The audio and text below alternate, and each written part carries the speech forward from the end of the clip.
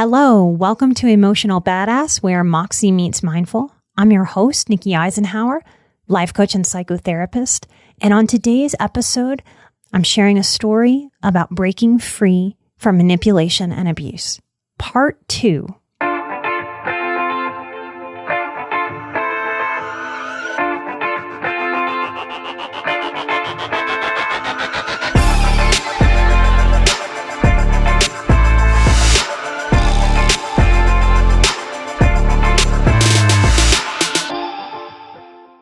Hello, y'all. This is one of my most vulnerable stories that I've never shared before now.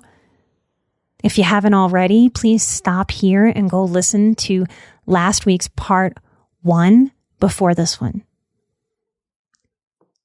And I want to thank you for holding space for my story, because it's not just my story. In some ways, my story is the same as all abuse stories, and I hope I am offering hope and healing when I share it. It is in our DNA to learn from the passing on of stories, from the connection with each other of deep, real intimacy and vulnerability. Please take whatever you need and toss the rest from my shares. Also, all of my episodes are to be used as you need, not as I intend, but as you need to meet yourself where you are. Any of you struggling with codependency, please use my story shares to help yourself empathize without carrying the weight of someone else's story. This is a necessary life skill for highly sensitive people, empaths, and survivors. Please use what I'm offering to fit what you need when you need it. Light and love, and on to part 2.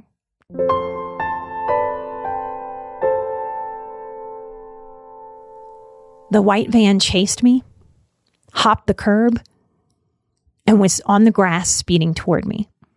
It all happened in a fraction of a second, and somehow over minutes too.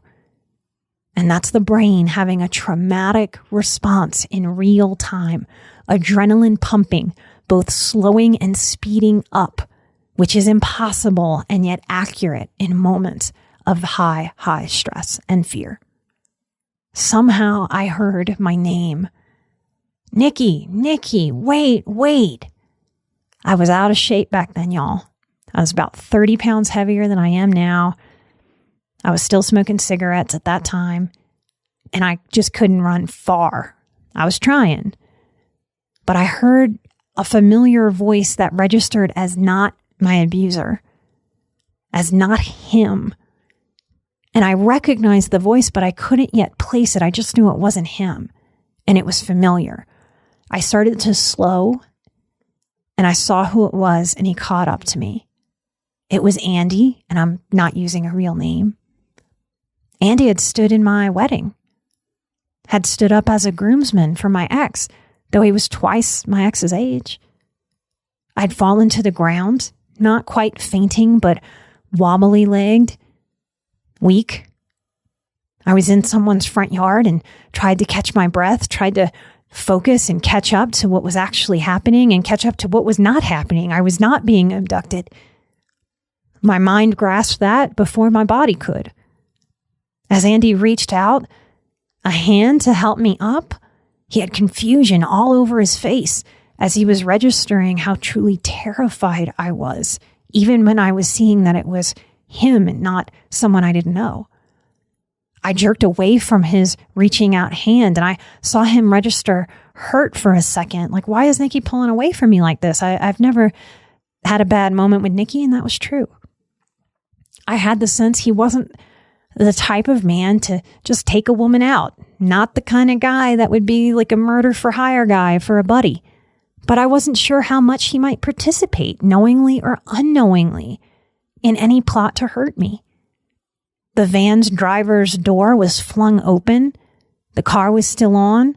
The van was between the street and the sidewalk on the grass, where I'd never really seen a vehicle haphazardly parked, unless it was a flood issue. And it added to the surreal quality of everything that was happening. It felt bizarro. He said, hey, how you doing, Nikki? Kind of nervously. It's me. It's it's Andy. You know me. Hi, hey, yeah, it's been a while.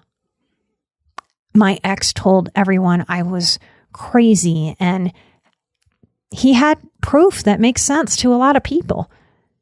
When my dad was arrested the year or two before, I had spent 11 days in a psych unit. It was really hard. Detectives had tried to get me to get my dad to incriminate himself on recording.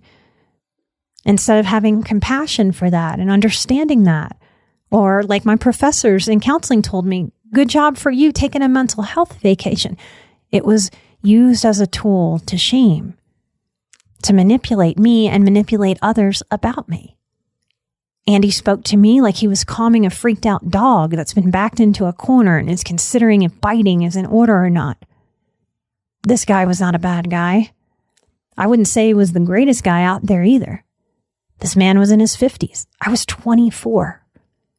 I had gotten married at 22. Andy was a professional private investigator. He was certainly codependent and probably controlling of a woman's whereabouts if he was in a relationship. But at that time in my life, he was in the good guy category, in my mind. And what I know now is that many decent men, solid men, even some kind of generally craptastic men, honestly just won't or can't see the smarmy in other men. And I knew intuitively what had happened. It washed over me, a knowing that I couldn't have known, but I knew. The courts hadn't been able to serve me with divorce papers. He had filed for divorce. And I had tried earnestly to go to lawyers, but I was penniless. I was barely getting by. I cried in multiple attorneys' offices saying, I don't get it. How does somebody get a divorce if they don't have any money and they don't have any parents with money? He's abusing me. How do you leave this type of person? And they just kind of didn't have any answers for me. I scrounged up enough money for one lawyer to send the very first whatever letter. And he straight up told that lawyer, laughing, that he'd just bury me in legal fees that I'd never be able to keep up. And I knew he was right. He kept trying to get me to come to his parish where we had lived together, where he had police friends and criminal friends and lawyer friends. But I trusted that warning from my friend that I've never seen again, never had another conversation since that moment. He wanted me driving around that parish. My intuition said, hell no, and kept me safe. And I listened. So the courts couldn't nail me down, and I wouldn't change my address, and I'd never return to a job once he found out where I was. He liked intimidating and frightening me. So he really got off on the moment of telling me, ha ha ha ha, I know where you are, which meant I would then run. And that kept this dysfunctional game going in ways that I didn't understand was a game. I just knew I didn't want to play. I knew that it was really pissing him off that I was one step ahead and he couldn't locate me. And neither could the court. So he nonchalantly asked Andy to locate and serve me like I hadn't been hard to find. Andy seemed to realize this, though he didn't acknowledge this to me. I was carless. This was pre-Lyft. This was pre-Uber, pre-car service. Cabs were very expensive back then for me, and I just couldn't afford it. And I'd never in my life gotten on public buses in New Orleans, so I think they figured out. He remembered that I had a friend off the streetcar route, and that's how they found me. I could sense that Andy felt badly for scaring me, so I saw it register for a swift second that maybe, just maybe, he didn't have the full story from his friend. That my reaction was just too much. It was just too wrong. It was too fearful. And he knew that I was not crazy. Eventually, through tears and telling him he had scared the fuck out of me, he served me with divorce papers. Now, who in the world gets served with divorce papers by someone who stood in their own wedding?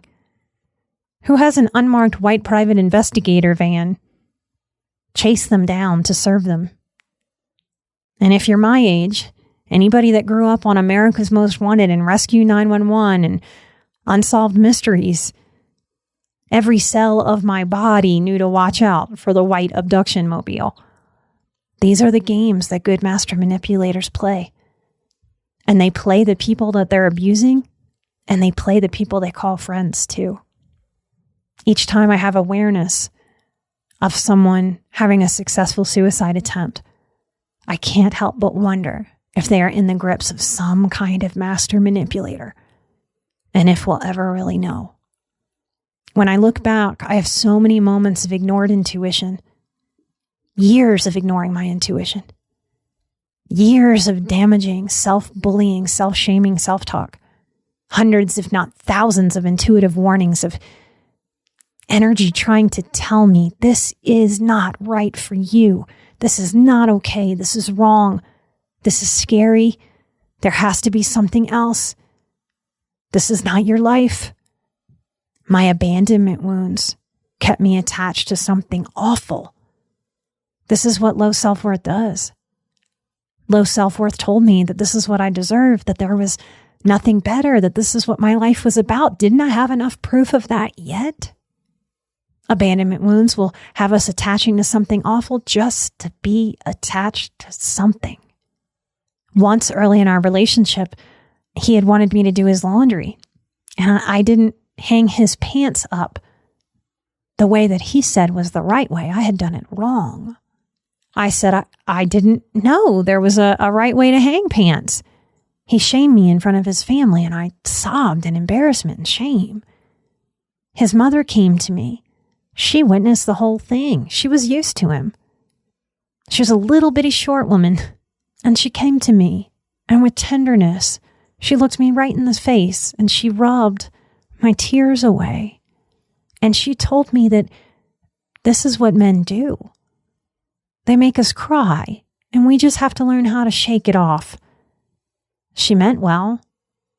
From what she knew and had endured, that was all of her wisdom. For a young woman whose mother had not made such loving gestures as caring about my tears or coming to me to lovingly wipe them away, to be with me.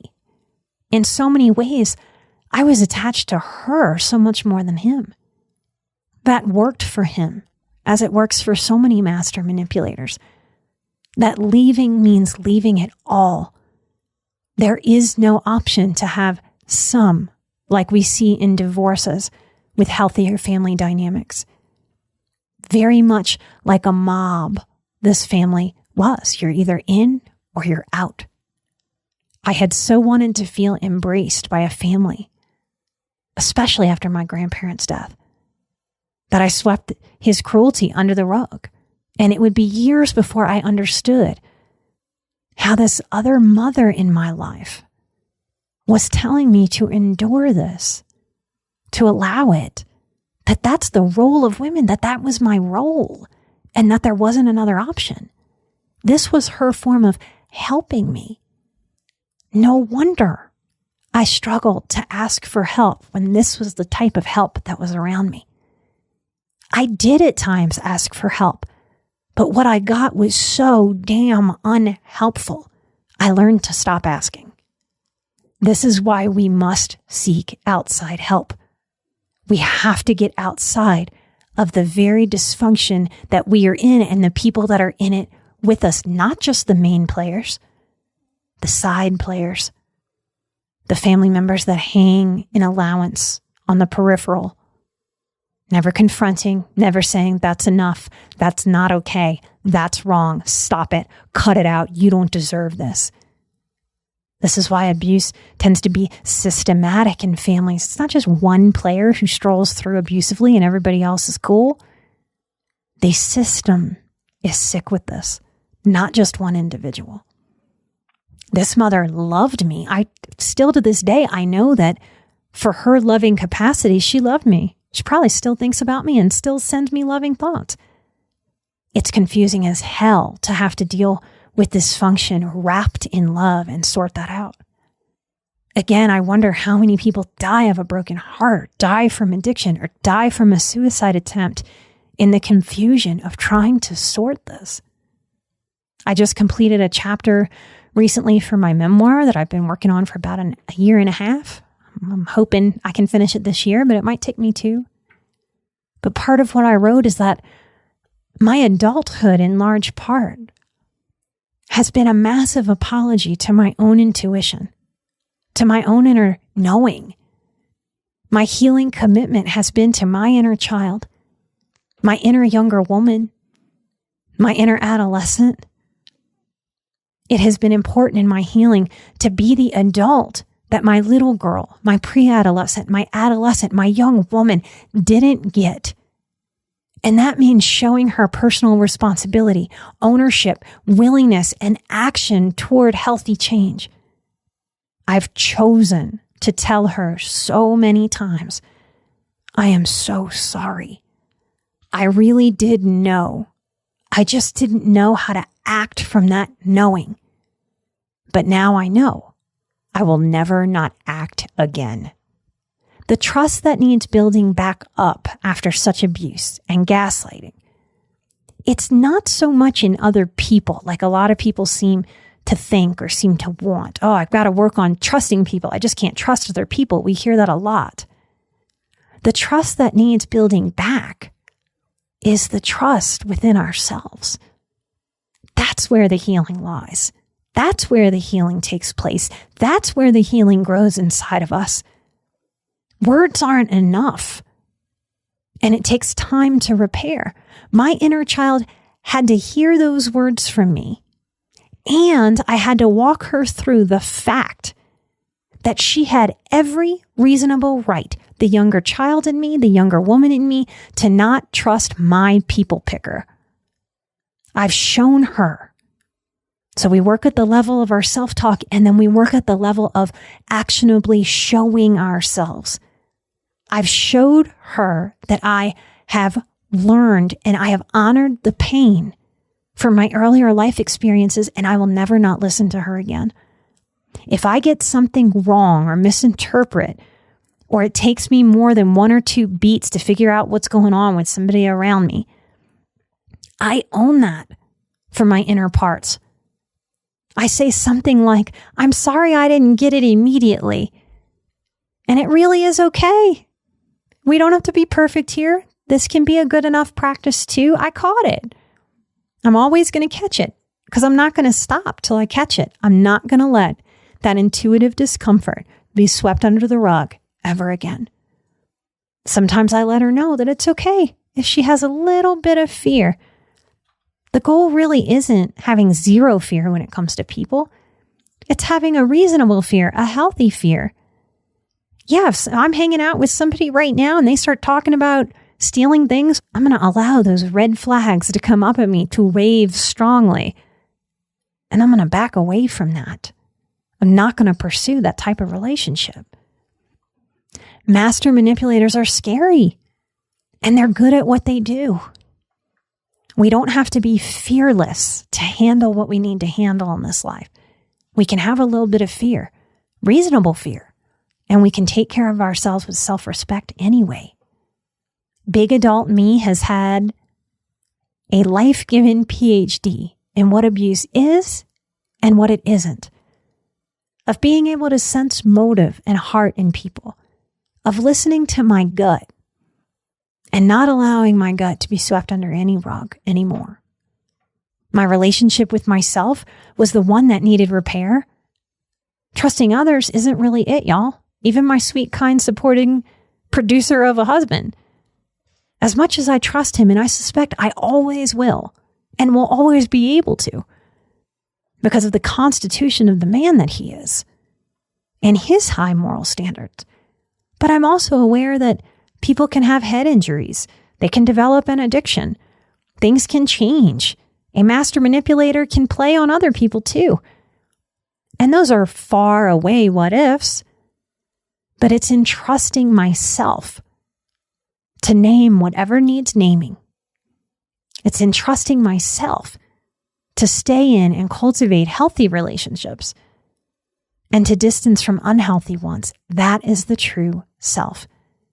Any healthy relationship with somebody else or with ourselves just means a true willingness to meet halfway, an ownership of our own struggle points, our own screw-ups, our own mistakes, a commitment to personal responsibility, a commitment, a dedication to evolving into a better self and evolving into a better relationship together with our inner psychological parts and together with other real people who have their feet on the earth.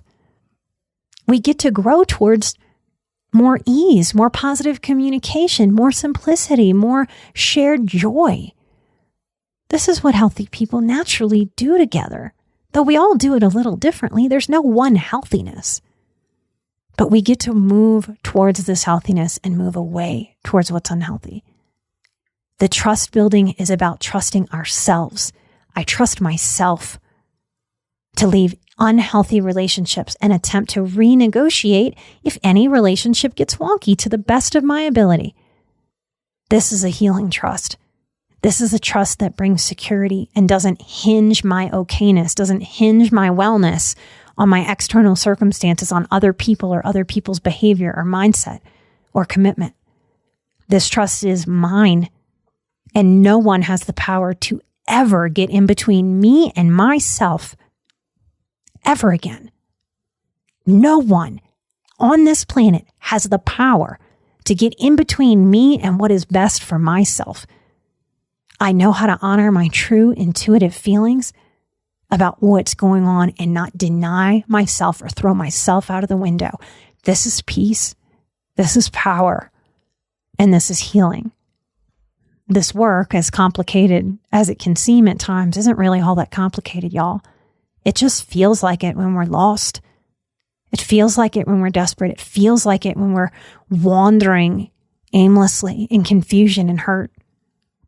I hope what I share, the way that I share it, helps you see yourself, helps you feel found within yourself, helps you dedicate your energy, your heart, your intelligence to the love and the care of yourself. And out of that self-care, we heal our people picker. And that's when we go forth into the world and connect, whether it's friendships we're looking for, whether it's romance, whether it's partnership. This is what gives us our power, our healed power. I hope Emotional Badass helps you find and trust and dedicate yourself to yourself.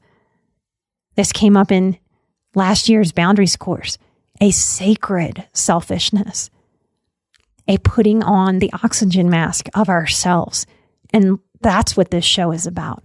Learning what that means functionally in our self-talk, with our bodies, with our actions, to be in that sacred selfishness. So from a full cup, we then walk the earth and connect with other people. Thank you for holding space for my story. And thank you for being a part of my badass strong tribe in the way that I know that I am a special human being. Just like all of you are special human beings, and none of us are special. I promise you, there is nothing really special about me. I just kept going, and I kept going towards the light, and I kept moving away from what was dark. It's all you have to do when you get lost and confused. Go back, listen to old Emotional Badass episodes, let yourself marinate in what I'm offering, and it'll get in there layer by layer by layer by layer until you have the deep healing that I know that many of you feel in me. Don't think that's about Nikki, me, the person. Any human being can do the same. I promise you. I know it like I know my first name. Light and love, and thank you so much. If there's anything in this episode or the last episode, this is a two-parter, that you think will help somebody on their journey, please share the show. Light and love and healing to all of us. I'm an emotional badass. You are an emotional badass. And together we are where Moxie meets mindful. Light and love. Bye-bye.